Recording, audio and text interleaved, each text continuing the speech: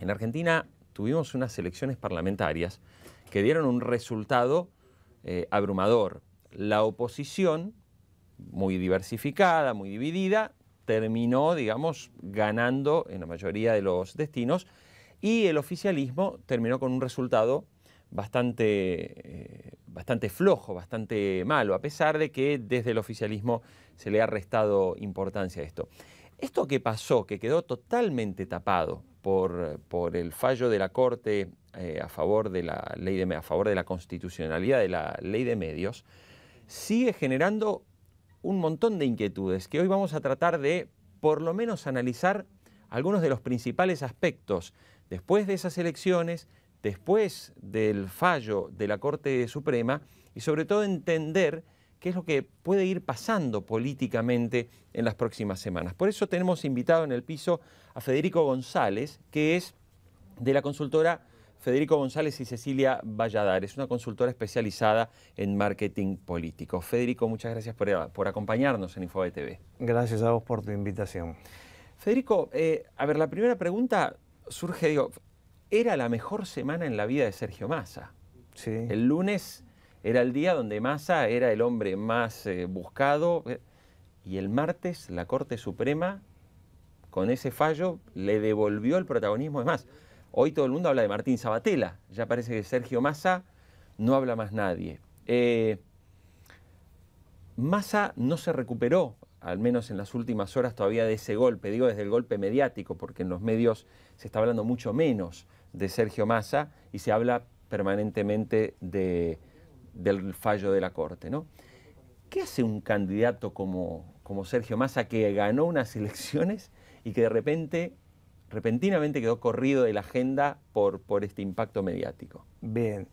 Bueno, yo creo que hay dos posibles respuestas. Una es, hace lo que puede, y dentro de lo que puede algo hizo, porque hay alguna manifestación. En el sentido, por ejemplo, hoy señaló que una cosa es el fallo de la Corte, que habría que respetarlo, y otra cosa es el tema del circo mediático que habría hecho Sabatella ayer, según palabras de Massa.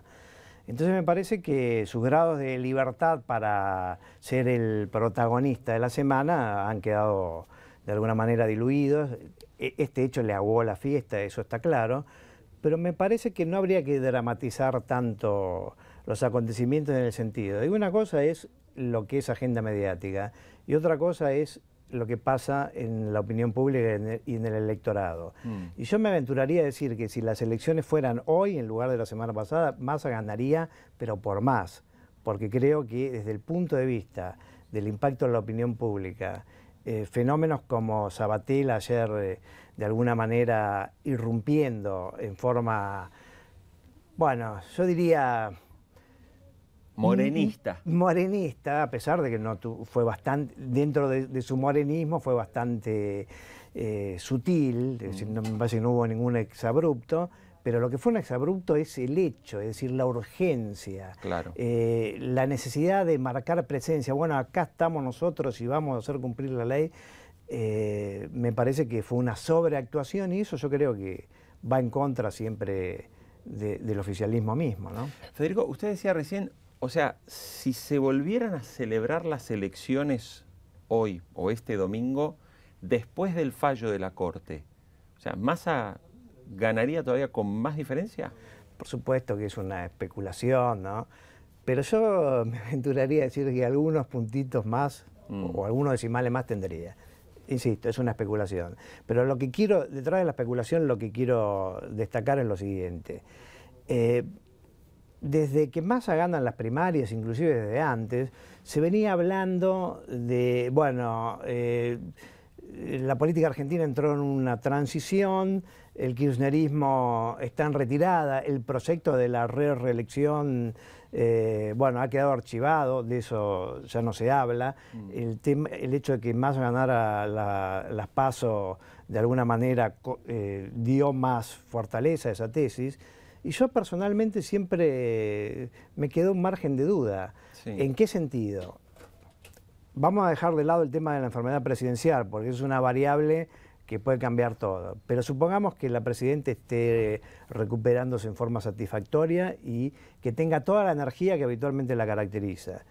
A mí me parece que Cristina en su fuero íntimo no renunció a la reelección, a su intento de... Sí. Y que de alguna manera va a hacer todo lo posible para. Una cosa es un deseo y otra cosa es un objetivo.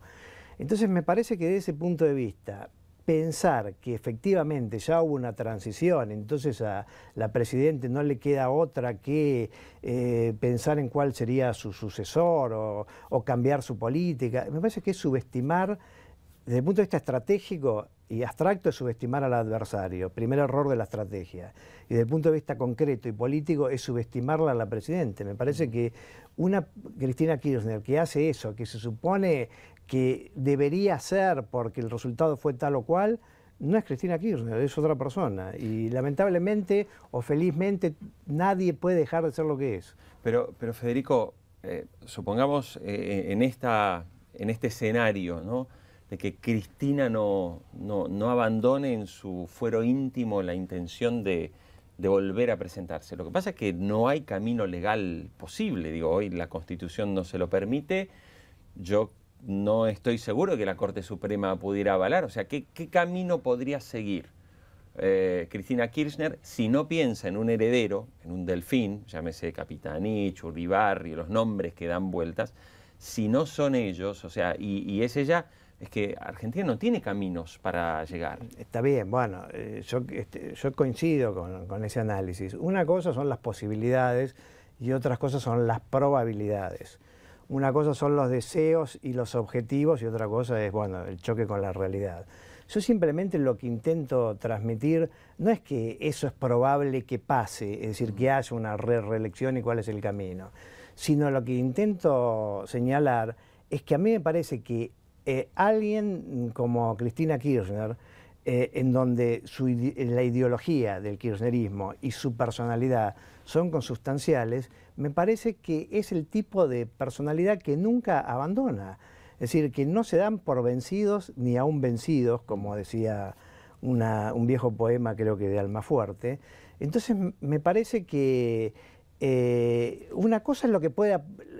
el cómo sería eso, la verdad que no sé. Pero para el kirchnerismo el tema de la forma nunca fue un problema demasiado sustantivo. No sé, hay muchos modos posibles. Pero, a ver, si tuviéramos que pensar en voz alta, supongamos que la economía se recupera a tasas chinas y el año que viene la gente asiste a un festival de consumo y el kirchnerismo recuperó agenda mediática, no sé, operativo clamor, no sé qué invento puede haber, pero me parece que dentro de la matriz kirchnerista ese espacio de posibilidades cabe. Yo creo que no tenerlo en cuenta es un error de estrategia. Eso es simplemente lo que digo. Ahora, si me preguntás a mí personalmente si me parece que esa conjunción de hechos va a ocurrir, yo diría que no. Creo que no, ¿por qué? Porque me parece que el principal obstáculo en la realidad es la opinión pública, es la ciudadanía. Y yo creo que desde el punto de vista de la ciudadanía, sí, la ciudadanía le dijo no a la reelección y le está diciendo sí a que nos gustaría otra cosa distinta al kirchnerismo. Federico, me gustaría ver, bueno, después de todo lo que ha pasado esta semana, bueno, cómo quedan y cómo empiezan a aparecer nombres. Todo el mundo dice, bueno, 2015 está muy lejos, pero la realidad es que también, como usted decía recién, hay una opinión pública, un amplio sector de la opinión pública muy disconforme con la situación económica, muy disconforme con los estilos, muy disconforme con la actitud que suele a veces tener el gobierno con varios sectores. Entonces, indudablemente, esa opinión pública sí está buscando un nombre y está buscando un candidato que sea el hombre que los guíe a un modelo de gobierno y modelo de país diferente. ¿Quiénes son los que hoy, para usted, están verdaderamente lanzados? Y también, si hay algunos que no estén lanzados, pero que puedan estar ahí en gateras. Perfecto. Yo si tuviera que dar un orden, enumerar un orden, diría primero Sergio Massa, segundo Daniel Scioli y tercero Mauricio Macri. Me parece que Sergio Massa es claramente el que tiene mayores posibilidades. Primero porque más allá de que hoy no esté en la agenda mediática, en el titular del diario, me parece que es el principal ganador. es el que mejor encarna el hecho de la figura emergente o el liderazgo emergente. Me parece que si uno lo compara con Macri, Macri siempre tuvo un nivel de rechazo en la sociedad que me parece que es muy difícil de perforarlo, digamos, ese techo virtual que siempre ha tenido. Creo que Massa no lo tiene. Sergio Massa me parece que es un candidato mucho más transversal que Mauricio Macri. Y entonces, bueno, en última instancia el tema es quién tiene más posibilidades, Sergio Massa o Daniel Scioli. A mí me parece que Daniel Scioli quedó muy comprometido después de lo que hizo, porque de alguna manera una parte de la ciudadanía siempre esperaba que él tuviera el gesto definitivo de autoafirmación que significaba romper con el kirchnerismo de alguna manera y decir, bueno, acá estoy yo y quiero ser presidente y voy a actuar en consecuencia. Bueno, Daniel Scioli eligió otro camino. Ese camino lo que determinó es que hoy Daniel Scioli es un candidato mucho más encapsulado y constreñido dentro del espacio kirchnerista que un candidato transversal. Si lo tenemos que decir con una metáfora simplista, es la ciudadanía de alguna manera esperaba a alguien que enamorara y se cansó de esperarlo a Scioli y apareció Sergio Massa y se fue con Sergio Massa. Se fue con otro a falta de que el primero tenía demasiadas dudas de si me voy o me quedo. Entonces me parece que de esa perspectiva creo que es el que tiene más chances. Después, bueno, respecto a las chances de lo que podríamos decir la centroizquierda, Hermes Wieners, Julio Cobos, me parece que eso está muy verde, para eso sí que falta mucho, habría que pensar cómo sería esa interna y sinceramente pienso que puede armarse algo interesante, pero no creo que le dé para el primer puesto, ¿no? Y la idea, por ejemplo, de un Cobos acercándose a un Massa, porque Massa, si bien está dentro del Partido Justicialista, a ver, Scioli representa mucho más, bueno, la línea que viene él quiere, digamos, heredar de alguna manera el kirchnerismo, pero a la vez acercar al peronismo. Massa está en una línea mucho más, como usted decía, transversal, por lo tanto también más abierta a otras posibilidades. De hecho, gente de Macri se ha ido con Sergio Massa. ¿No es imaginable un Julio Cobos, un área, digamos, también del radicalismo alineándose con Massa? Y habría que ver de qué manera. Por ejemplo, vamos a descartar de qué manera no una fórmula Massa-Cobos, porque eso simbólicamente sería sería mostrar que es más de lo mismo. Nos retrotraemos al 2007. Claro. Bueno, sería demostrar algo simbólicamente complicado. Otro tipo de asociación, de coalición, de frente, puede ser, pero no lo veo desde la lógica del radicalismo, porque para el radicalismo Sergio Massa no termina de ser una figura, es más bien un adversario que alguien con quien se puede hacer alianzas, y no lo veo desde el punto de vista, no le veo la necesidad a Sergio Massa. Hoy Sergio Massa creo que está en la situación de banca, y el que es banca no quiere ser punto, entonces no lo veo necesario. Claro. Hoy, más adelante puede ser. Claro. Federico, también está el tema de Elisa Carrió. Ella salió, llamó un poco la atención que fue la única dirigente que salió cuando apareció el fallo de la Corte el otro día. Desde el primer día salió durísimo, tanto contra el gobierno como contra incluso la Corte Suprema. ¿Usted cree que esa postura está alineada con la opinión pública o que de alguna manera se pudo pasar un poco?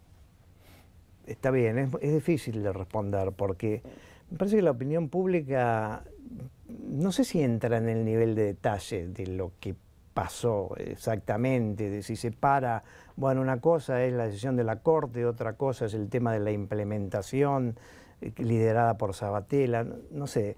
Entonces a mí me parece que de alguna manera la actitud de Carrió pone en un conflicto a una parte importante de la opinión pública, que es el conflicto en que en algún sentido cree que tiene razón, pero en otro sentido la paradoja es que, bueno, pero Ahora no podemos desconocer que actuó una fuerza republicana que es la Suprema Corte de Justicia. Entonces yo creo que ese es un brete difícil de dirimir. Entonces, por supuesto, los más enfervorizados anti-kirchneristas les simpatiza la actitud de Carrió, porque piensan, bueno, al final Carrió es la única que se la juega y dice las cosas como son. Además que yo creo que, esto no creo que sea privativo de los argentinos, sino es algo general, es decir, el hecho de adherir a la hipótesis conspirativa. Yo no sé si hubo un pacto o no hubo un pacto entre Lorenzetti y la Presidenta del Gobierno Nacional. No tengo elementos como para expedirme al respecto. Pero yo creo que, independientemente de eso, las hipótesis conspirativas siempre son bienvenidas por una parte importante de la ciudadanía. Es el mismo efecto que ocurrió cuando durante muchos años mucha gente insistía en que Chabrán no había muerto, que era todo. Entonces me parece que ese tipo de hipótesis siempre son de alguna manera creídas. Entonces, desde ese punto de vista, Carrió encarnaría a que es la única que nos cuenta la verdad que otros no se animan a contar por conveniencia. Creo que eso de alguna manera le hace subir puntos a Carrió, pero bueno, después también hay otra paradoja con Carrió. Por más puntos que suba, no le da para presidente, porque la gente la puso en el lugar de la que es capaz de decir lo que nadie se atreve, pero no sé si la quisiera como presidente, porque veo que puede haber un rigor y un, digamos, fundamentalismo parecido, aunque de signo contrario al que está viendo en este momento, ¿no? Federico, para terminar, la Presidenta Cristina se está recuperando. No hay información oficial. Hace 8 días que después del último comunicado no se sabe nada. Hay mucho rumor. Bueno, ahora lee los diarios, ahora hace tal cosa, ahora o sea, parece un poco como pasaba cuando Chávez se enfermó en Venezuela, ¿no? Se contaban cosas, pero nadie podía decir fehacientemente qué era lo que estaba pasando porque había un núcleo infranqueable. Cuando vuelva Cristina, con el análisis que usted hizo recién, ¿cómo la imagina? ¿La imagina una Cristina más tranquila o una Cristina del vamos por todo? Yo la imagino como una Cristina más tranquila. Me parece que ahí hay que distinguir la táctica de la estrategia. Por más que en la estrategia, si ella está restablecida, para mí sigue siendo la misma Cristina, pero desde el punto de vista táctico me parece que ahora lo que más le conviene, en eso creo que su inteligencia le hace actuar en consecuencia, opinión mía, ¿no?